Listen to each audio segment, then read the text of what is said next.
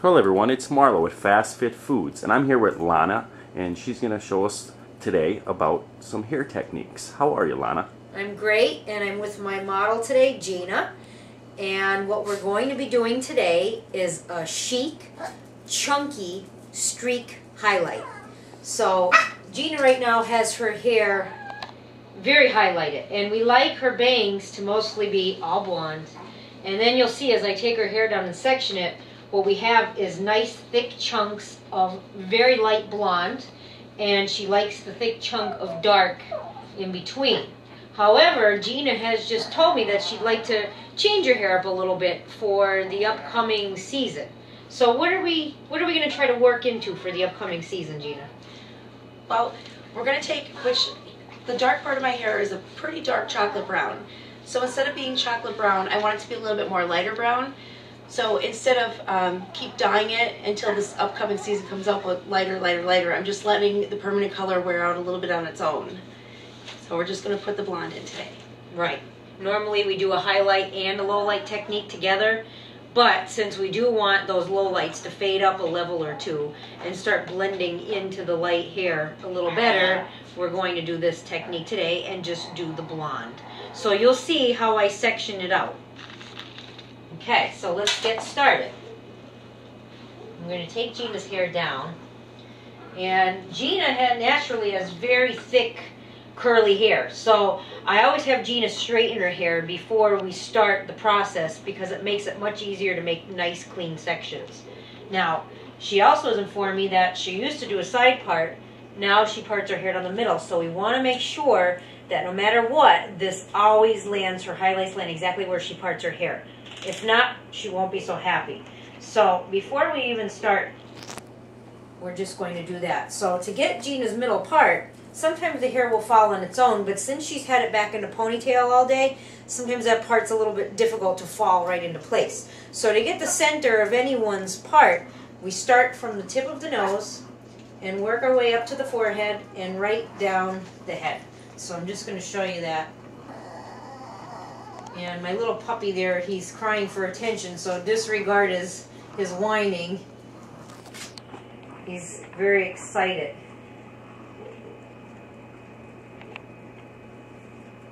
Okay. Great. And what we're going to be doing, I call it a mohawk section. We definitely know that we have her part in there, but what I do is I section a nice size square at the top of her crown. That way, if the part is just a little off center, she'll still have highlights no matter where she parts her hair inside of this box. And then we always do a couple little highlights onto the sides to blend. She has some blonde here, some solid blonde right here on the side. Do we want to keep that solid blonde, that just like your bangs? Okay. It's always important to ask your client or your model what they prefer. Don't always assume that they want the same style every time. Now, it took us a while to get Gina's hair this light. She's been getting this process done many times. And sometimes your hair, being the level that it is, won't always lift to the color blonde that you would prefer the very first time. Sometimes, depending on what's already on your hair, if you've done previous hair colors, your hair may not lift this light. It may only lift to an orange. A lot of times that happens, and people say, my hair turned orange, what happened? Well, color is not magic, and you definitely need bleach to go more than 4 levels lighter than the color that you have, your natural hair color. If you have previously colored hair, you definitely need to use a powder bleach, a powder lightener for the hair. Because the general rule is hair color will not lift hair color. If I were to buy a box of light blonde hair color and put this over her previously colored chocolate brown, nothing would happen. I would have to use powder lightener or hair bleach. So we're going to be doing that anyway because Gina's hair naturally is about a level 5. We're trying to go over a level 11. So that's more than 6 levels of lift. Sometimes we can't even expect that high of a lift even on natural hair. Never expect more than a 4-level lift at the maximum. That way you don't over-expect. Gina's hair has been lightened many times over to get this result. Sometimes you may need to go back to your stylist twice to have the same sections relightened so that you can get this nice blonde result. Blonde is a very hard color to achieve for a lot of people. So always, a process like this, make sure you consult a professional. I am a licensed professional. I've been in the industry for 15 years. So I've had more than enough of experience with different types of blonde and different incidences that could happen with them. So always, when you're doing an extreme hair color, make sure you go to a licensed professional that is educated in the hair color field and can give you the results that you desire. And these services can run a costly amount to your wallet, so you want to make sure before you make the commitment of having this type of hair color that you can keep up with the cost of that commitment, because this is a color that you don't get very long out of, because of course you notice the contrast between the dark and the light a lot, pretty much. So in the beginning, we're just going to do her bangs. We always want to start in the front. The reason I start in the front is because this is the part that everyone sees as soon as they look at Gina. So we definitely want to make sure this has the most time to lighten. So what I'm going to do is take slices, because this is one solid chunk of color. I could just apply the color on there, but however, the powder lightener will probably dry out, and once the color dries on the hair, it's not going to work anymore. So by putting it in a foil wrap, we will be keeping it moist, and it will continue to do its job.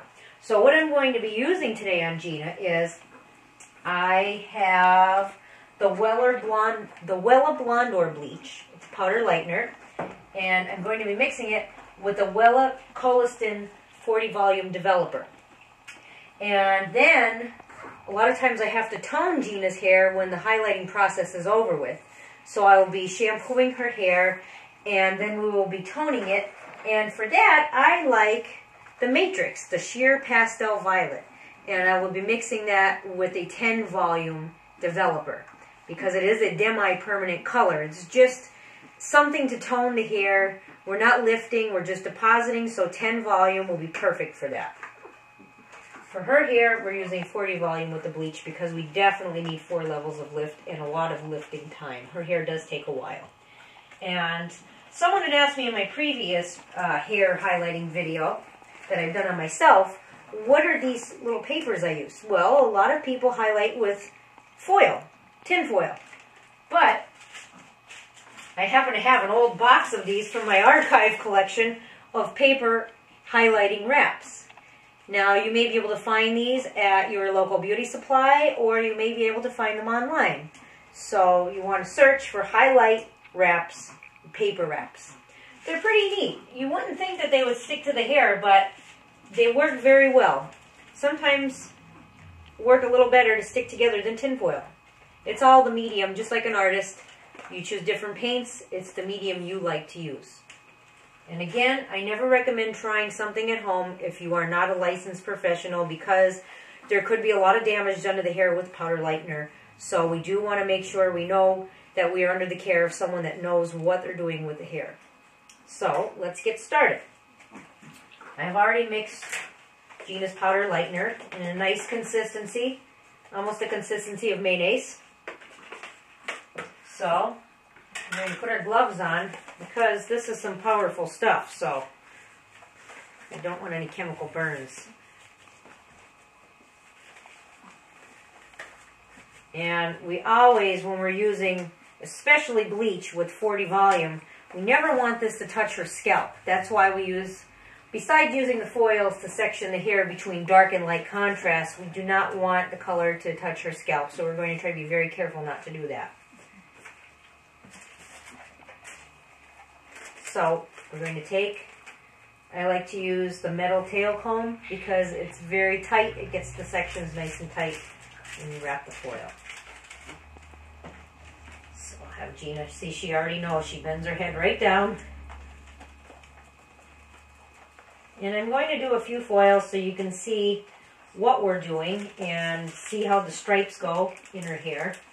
Now we want to take thinner sections and slices. Something thin where you can almost read a newspaper through it, because we want to make sure that this powder lightener penetrates.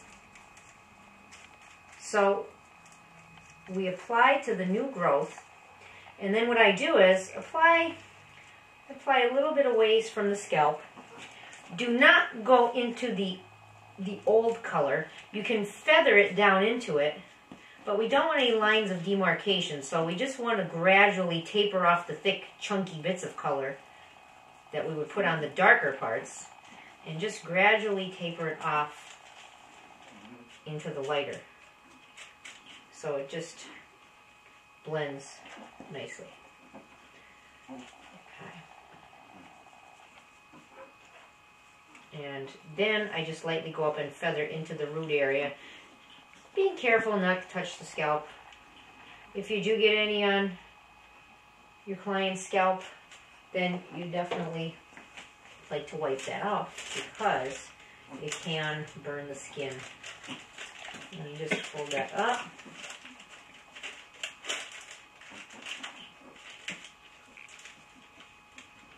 And there's your first foil. Eventually, when I get through this part, I will be pinning it up so that Gina has the freedom to see. But for now, we're blinding her vision with the paper, the highlighting paper. How do you feel today, Gina? Are you happy to have this done? Absolutely. Getting my hair done always makes me feel better and replenishes myself. And a lot of people like Gina's hair color, but again, it's a commitment, and it's something that she's worked hard to achieve. This didn't happen with the first highlighting service because her hair is so dark. These are stuck together. What I'm going to do is have Gina hold this one for me for the next time.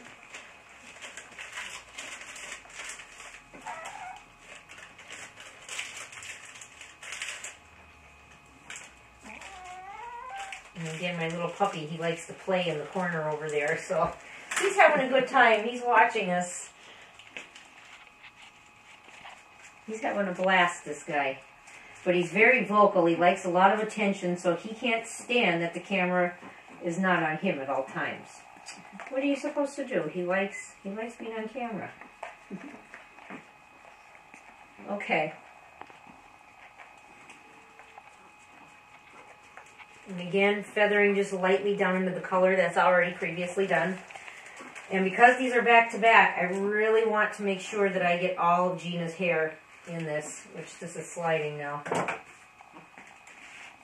If that happens, that's okay. Lift the hair back up, shove it back under, push it down. Good to go. How are you doing today? You're doing good? Absolutely. I'm excited. I know I asked you that already. I'm on vacation from work, and I haven't had a lot of time to get my hair done, so this is a big deal today. Okay, so we have, this will be the last foil that belongs in the bang section. Oh, and then we still have one baby. Oh, I'm going to have you pick apart these two for me. It's always good if you have a helper. It's okay to ask the person whose hair you're doing, whether it be your client, your friend, your relative. It's always good to ask them if they wouldn't mind helping. It keeps the excitement for them, because this is a long process, so it can get a little boring for the person getting it done. So this good conversation and being your helper makes it a little more exciting. Yes, it makes it a little more exciting. And again, feathering as close up to the root area as we can. I always take the side of my brush and just do that.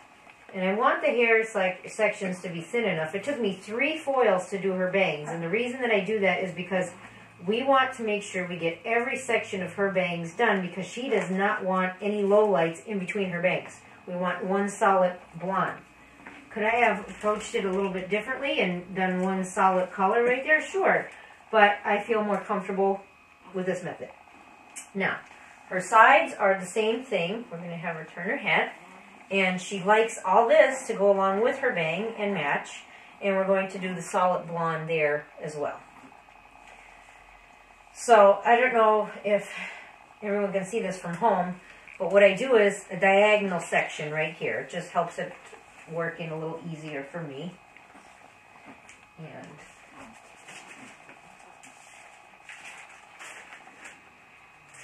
there we go.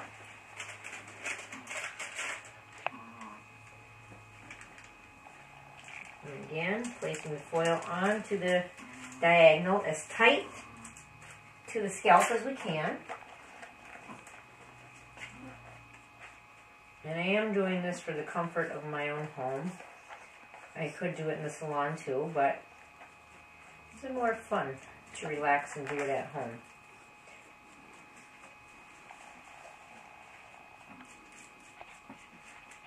There we go.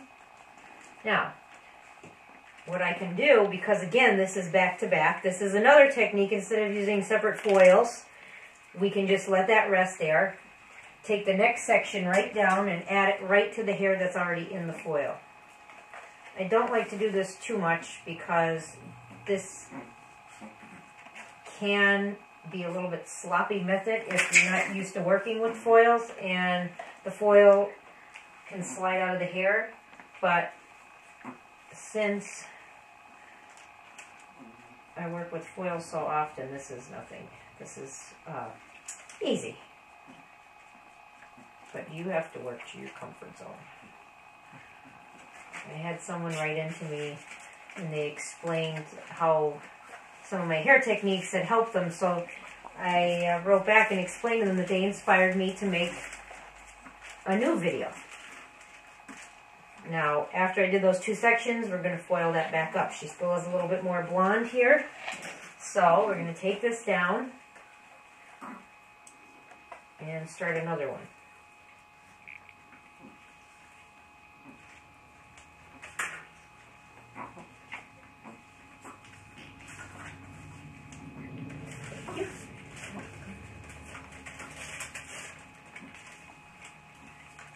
So Gina, how long do you think that we've been doing the blonde in your hair?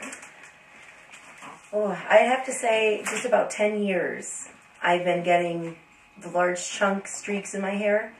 And a lot of the times people ask me how I do them, because a lot of the places they go to, they just don't know how to approach such a large section of hair and that color, the blonde. So it took many years of perfecting it.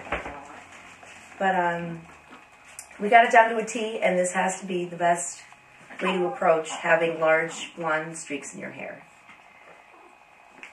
Now, what I'm doing is, as you can see, I'm working just off this front section. Bangs, side, now we'll go to this side. Then we'll work the rest of the way. It's very important to work in a pattern so nothing gets left out. And this will be a little bit easier for you to see this side for yourself, the camera here. So at a diagonal, and you can see her hair has grown out quite significantly in a short amount of time. I believe we did this method about 6 weeks ago. About six to 8 weeks.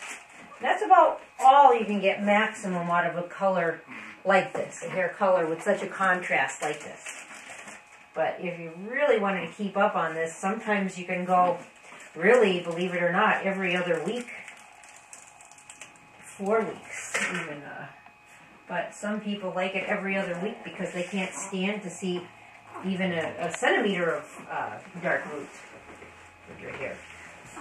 So everyone is different. It depends. Now, some people like to see that little bit of natural regrowth coming in. And Gina likes to have fun with her hair, which is enjoyable because many people get stuck in a rut and they get the same hairstyle throughout the years over and over again, and I don't know, as a hairstylist it can get boring too. I like to try new things. So always suggesting new things to your clients is good, and then you will occasionally have that client that wants the latest, newest hair color rage or haircut. So it's always good as a hairstylist to always keep yourself up to date and offer new things. Now again, I'm just going to use the same foil, and I'm just going to go over and get the root. This is just to contain the hair. We need to have neatness and uniformity, so we're just containing the hair.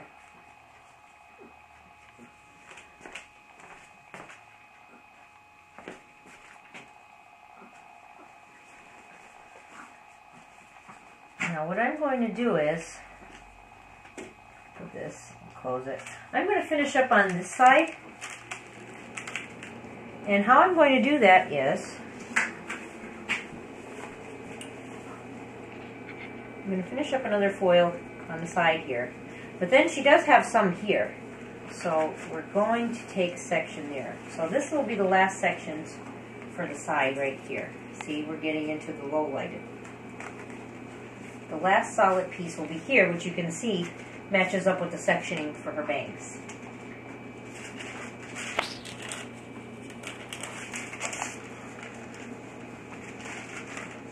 And again, I am not pulling this all the way through to Gina's ends, because her ends are already the color that we desire. Now, if her ends needed a touch up and they needed to go a little lighter, because the previous time was not light enough, then what I would do is bring the root color up to match what the ends are, and then reopen the foil and repaint the color. So we're going to finish up this last section, and I just feather it up to the roots, and we're going to wrap this. I'm going to show you one more here, and then we're going to start up here.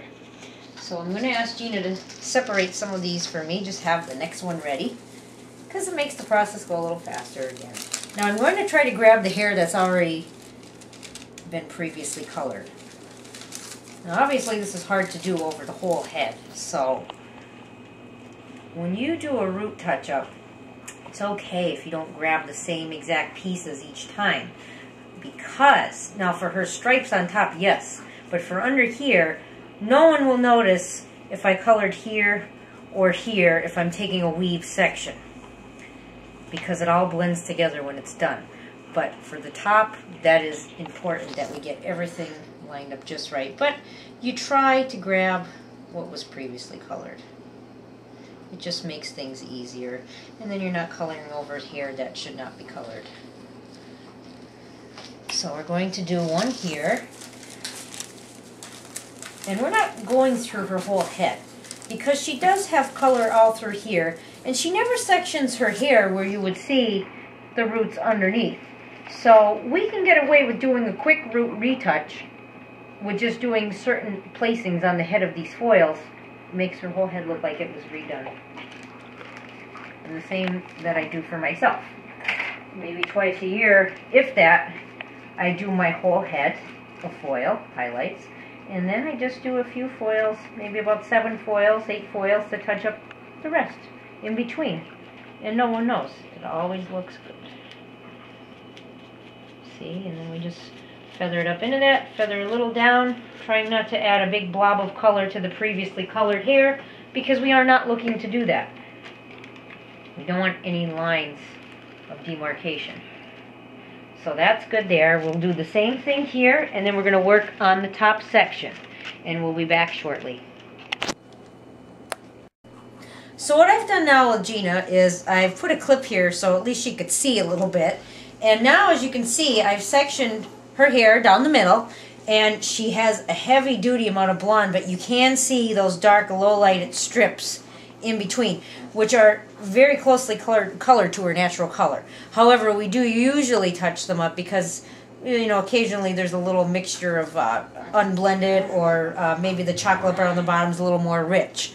But we're not going to do that again today. We're just doing the blonde. So this is my technique for her hair. I comb it straight down, and I just take it and section out the brown hair. And again, we're only doing a root touch-up. See, so now we're left with that blonde.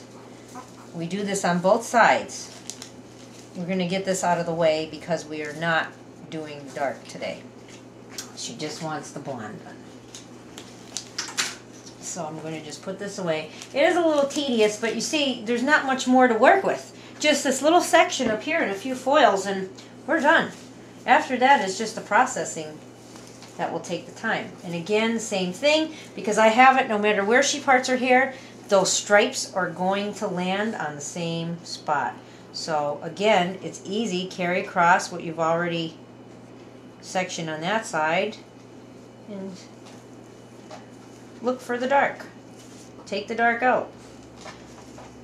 It's like taking apart a piece of a puzzle. Now we're ready to start our blonde. You just shove this out of the way. It's up to you if you like to start in the back, but again, I like to get the work done in the front because that's the spot we notice first. So we're going to break this into 2 sections again because it's such a thick chunk. I can't put this whole chunk in one foil. It would be very messy and she'd probably have a lot of bleed marks. So I'm going to take this and again section it, that blonde, in half.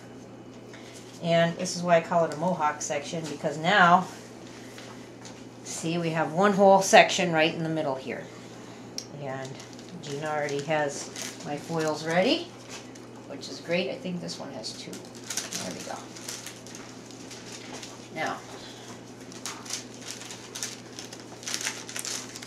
Now for this one, I'm going to put this down. Oh, I have to reach. Okay. And we're going to do the same thing like I did in her bang area. Just the roots. And then feather down just lightly onto the previously colored hair, just so that we don't have any noticeably dramatic lines of demarcation.